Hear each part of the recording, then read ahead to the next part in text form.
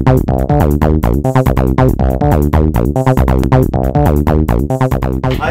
in the Purple Turtle in Camden, privileged to have the opportunity to have this little chat with Jon Brookes here, and one of my favourite bands of all time, the Charlatans.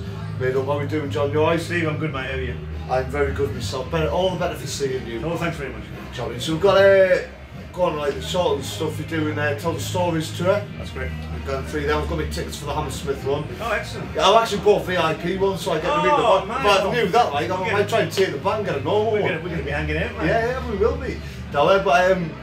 So yeah, you looking forward to doing that? Yeah, definitely, mate. Looking forward to, you know, every time we play a gig now, it's kind of like an event for us. You know, I've always tried to, you know, imbue every gig with a kind of feeling that, you know, it's something worth attending. And that album for us was a great moment in our career.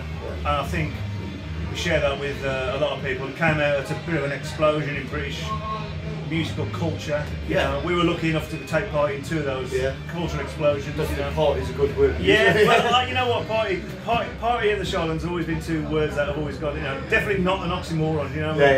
So just looking forward to we're playing, you know, playing London. Last time we played the Hammersmith Apollo was with Ronnie Wood. Oh really? Yeah. Ronnie Wood came on stage and played a few songs with us. Did he? Yeah. What did you do with it? We did Stay With Me.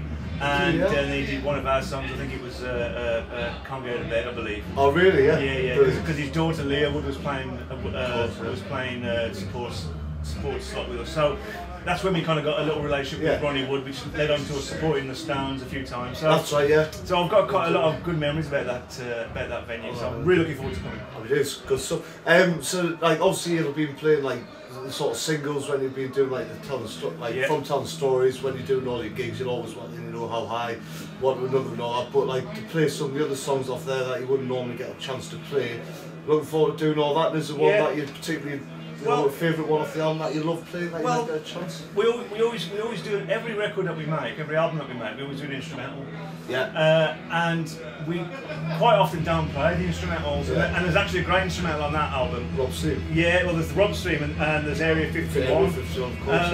And both records are very heavily laden with Rob's kind of signature madcap keyboard sound. So it'll be nice to kind of play those instrumentals. And there's some other good stuff on there, you know, With No Shoes is always a good tune. Brilliant, yeah. So, you know, we're starting rehearsing in a couple of weeks, and it's always a very weird time when you go back.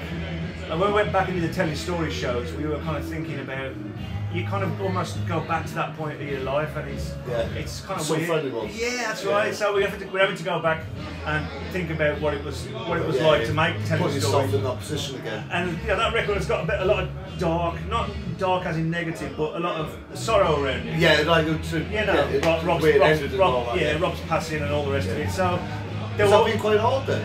It took a little while for me to get over it personally, and now that it's all kind of coming back, I'm really feeling his presence coming around me, and I'm hoping that'll be a beautiful experience. Yeah, like that. And I'm hoping that the audience that were fond of Rob and of those tunes, I hope that they, when we play them, I hope that that they get the same feeling as we can get. So it's going to be a multi-layered spiritual event.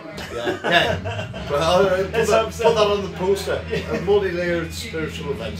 I'm looking forward to Get On It. I've never seen you do Get On It live. That's what Get On It, man. Wow. That song actually was Martin Duffy played keyboards on that. Yeah, from Stream, yeah. Yeah, he came down because Robert. Was that finished after? It was kind of finished in Rob's absence, so Martin Duffy came down and played that. Yeah. And I never knew that. Yeah, and well, testament to Duffy's keyboard style.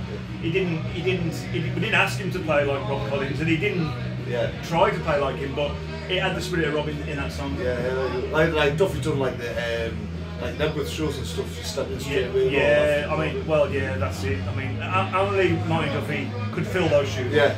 Do you know what I mean? Like, he's a brilliant person to bring off the bench. He certainly is, So, would there be any other albums that you'd want to do? Because you've obviously done some friendly, now you're doing telling stories. I know, like, Us and Us Only, like, that's like a massive sort of fans film. That, like, my personal one, like, it's like, that's my favourite one. Like, I mean, would you do any other one? Well, we've got 14 studio albums out there, or 13, I can't remember which. So we've got. You're not a lazy band. We're not a lazy band, so I guess we've probably got the next 20 years to come up with them all. You know. Yeah. Who knows? I think to be kind of sensible about it, I think we should just kind of take this bit. Yeah. And if we do a good job of this, and people, I mean, the end result is if people give you a round of applause at the end of the set, and they kind of give you the thumbs up, you know that you've done it. If they kind of go, you know what, I'm going out, then I can't think about the future until we've done a good job. Yeah, we'll go for that. So you're going to be playing it like an order, or you're going to like mix it up? Are you going to do straight one through, or with no shoes right way at the end, or are you just going to like? Well, Tim Burgess is our set designer. Okay. He's got a brilliant ability at coming up with great running orders. He spent his youth coming up with sets by Joy Division New Order. His dream sets. Got a new order tap. Yeah, that's right. Yes, and so he kind of he'll put together a couple of working set ideas, and then we'll kind of work on them, and then the night before we'll kind of we'll pick one. See how it goes. Yeah, but I wouldn't like to contribute on what I wouldn't like to comment on what order. We'll play them all. Yeah. But on what order, I don't know. Have you read his book, by the way? I haven't read his book. He hasn't sent me a copy. So has he not? He sent everybody else a copy apart from me. So yeah. Have you got a signed one? I did. Yeah. Have you tried Tool Tomatoes balls? No, but I saw it. He looked up, and I wouldn't give him more keys. He brought the teeth. I'm dying of goal. I think he's like what in the morning Kendall Corn or something. He's going to be serving up these. I've read about. Oh, is he really? Yeah, I think he's got a store doing these twin Tim Peaks. I think he's going to be like serving up. Well, you know, he's a very creative bloke, and he's always coming up with new ways to kind of have a bit of fun. So I'm looking forward to eating Tim's cereal. Yeah. Well, it'll probably be on the ride. That's all. It'll be on the ride actually.